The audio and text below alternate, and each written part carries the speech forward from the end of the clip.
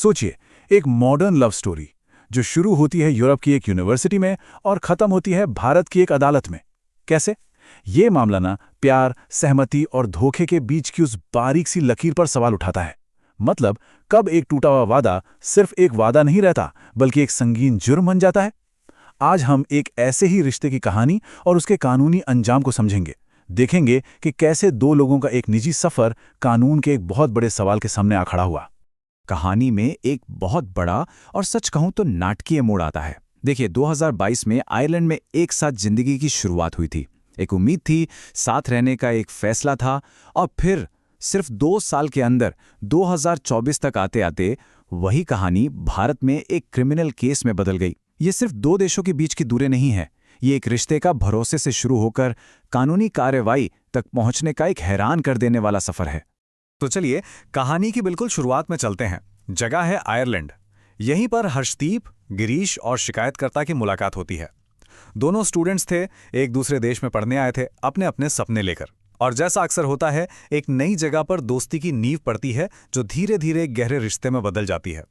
तो चलिए इस रिश्ते की टाइमलाइन को थोड़ा और करीब से देखते हैं। कहानी शुरू होती है अगस्त 2021 में, जब दोनों पहली बार मिले।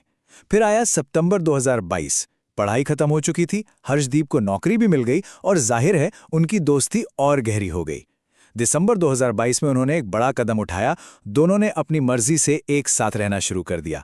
और एक और अहम बात, अगस्त 2023 में जो शिकायतकर्ता थीं, उनका अपने पहले पति से कानूनी तौर पर तलाक भी हो गया। ये समझना बहुत ज़रूरी है कि 2 साल से भी ज़्यादा वक्त तक ये रिश्ता पूरी तरह से दोस्ती, साथ रहने और आपसी सहमति से बने शारीरिक संबंधों पर ही टिका था। ये कोई जल्दबाजी में बना रिश्ता नहीं था, बल्कि एक ऐसा साथ था जिसे दोनों ने मिलकर जिया। किसी भी तरह के झगड़े या कानूनी पचड़े से पहले ये 2 लोगों का एक बिल्कुल सामान्य और सहमति से बना रिश्ता था। लेकिन फिर कहानी में वो मोड़ आता है जहां से सब कुछ बिखरने लगता है। ये रिश्ता खत्म होने की कगार पर पहुंच जाता है।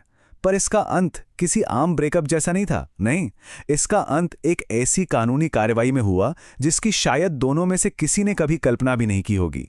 19 अक्टूबर 2024। ये सिर्फ एक तारीख नहीं है, ये वो दिन है जब शिकायतकर्ता आयरलैंड से भारत लौटी और सीधा मैंगलोर महिला पुलिस स्टेशन जाकर एक एफआईआर दर्ज करा दी। और बस इसी एक दिन में एक निजी रिश्ता एक पब्लिक क्रिमिनल केस बन गया। और इल्जाम क्या था? इल्जाम था शादी के झूठे वादे पर शारीरिक संबंध बनाना। ये सिर्फ दिल टूटने की शिकायत नहीं थी, ये एक क्रिमिनल कंप्लेंट थी। बस इसी एक इल्जाम ने एक पर्सनल ब्रेकअप को एक पब्लिक क्रिमिनल इन्वेस्टिगेशन में बदल दिया और हर्षदीप पर एक बहुत ही गंभीर कानूनी धारा के तहत मुकदमा शुरू हो गया। ठीक है, तो अब इस मामले के कानूनी पहलू में उतरते हैं। यही वो सबसे बड़ा सवाल था जिसका जवाब अदालत को ढूंढना था। एक वादा जो टूट गया और एक ऐसा वादा जो धोखा देने के लिए ही किया गया था। इन दोनों के बीच कानून आखिर लकीर खींचता कहाँ है? कब एक टूटा हुआ वादा सिर्फ एक दुखद बात रहती है और कब वो एक जुर्म बन जाता है? तो सबसे बड़ा सवाल यही है कि शादी का टूटा हुआ वादा क्रिमिनल ऑफेंस कब बनता है? वो कौन सा पॉइंट है जब कानून कहता है कि नहीं, ये सिर्फ एक नैतिक गलती नहीं, ये एक अपराध है? यही वो उलझी हुई पहेली थी जिसे सुलझाने के लिए अदालत को रिश्ते की शुरुआत से लेकर उसके अंत तक हर पहलू को बहुत बारीकी से देखना था। ये जो शिकायत थी, ये भारतीय न्याय संहिता यानी बीएनएस की धारा 69 के तहत दर्ज हुई थी। ये धारा छलपूर्ण साधनों का इस्तेमाल करके बनाए गए यौन संबंधों के बारे में है और इन छलपूर्ण साधनों में शादी का झूठा वादा भी शामिल हो सकता है। कानून का इरादा तो साफ है, किसी को धोखे में रखकर उसकी सहमति लेना अपराध है। लेकिन सवाल ये था कि क्या इस केस में वाकई धोखा था? अब ये बहुत ज़रूरी है समझना। अदालत को ना 2 चीज़ों के बीच का फ़र्क तय करना था। एक तरफ है वादे का टूटना, मतलब एक वादा जो अच्छी नीयत से किया गया पर बाद में हालात बदल गए या मन बदल गया और वो पूरा नहीं हो पाया। और दूसरी तरफ है झूठा वादा। ये वो वादा है जो शुरू से ही पूरा करने के इरादे से नहीं किया गया था। ये तो बस एक धोखे वाली चाल थी ताकि सेक्स के लिए सहमति मिल सके।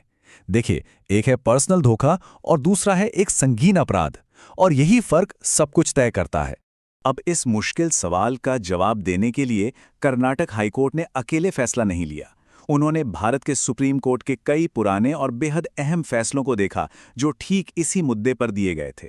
ये वो फैसले हैं जिन्होंने इस नाजुक विषय पर कानून को एक दिशा दी है। पहला बड़ा मामला था डॉक्टर ध्रुवाराम मुरलीधर सोनार केस का।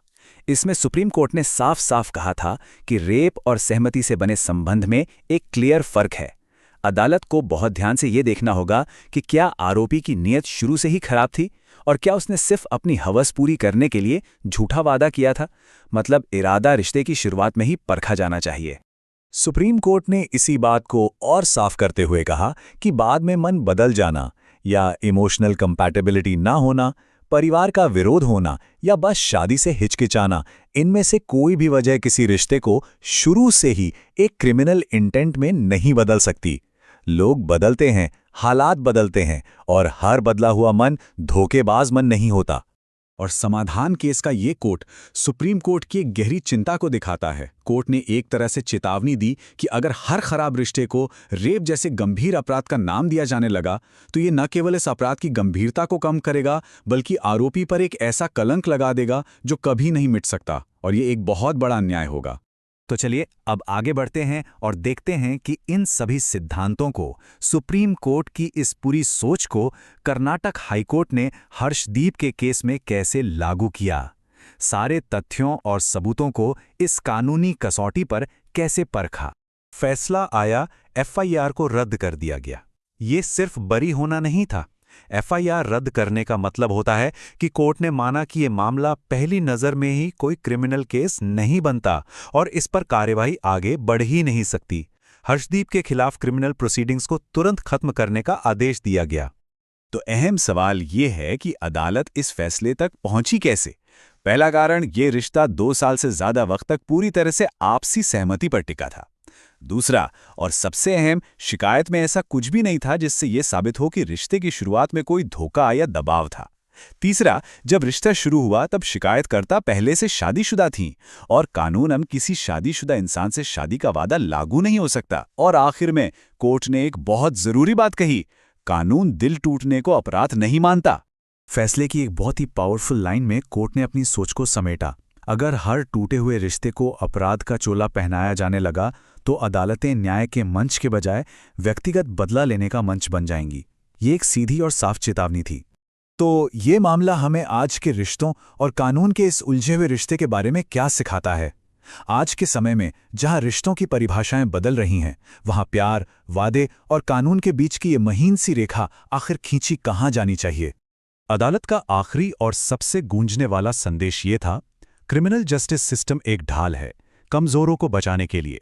इसे टूटे हुए रिश्तों से पैदा होने वाले पर्सनल झगड़ों में एक हथियार बनने की इजाजत नहीं दी जा सकती। कानून की अपनी सीमाएं हैं और इसका इस्तेमाल बदला लेने के एक औजार की तरह नहीं होना चाहिए। और आखिर में ये पूरा मामला हमें एक बहुत बड़े सवाल के साथ छोड़ जाता है। आज के ज़माने के रिश्तों में पर्सनल जिम्मेदारी और कानूनी एक्शन, इसके बीच की लकीर आखिर कहाँ खींची जाए। कब एक धोखा सिर्फ एक दिल टूटने की कहानी है और कब वो कानून के दरवाजे पर दस्तक देकर एक जुर्म बन जाता है। ये एक ऐसा सवाल है जिसका जवाब शायद सिर्फ अदालतों को नहीं, हम सबको अपने अंदर भी तलाशना होगा। इस पर सोचना तो बनता है।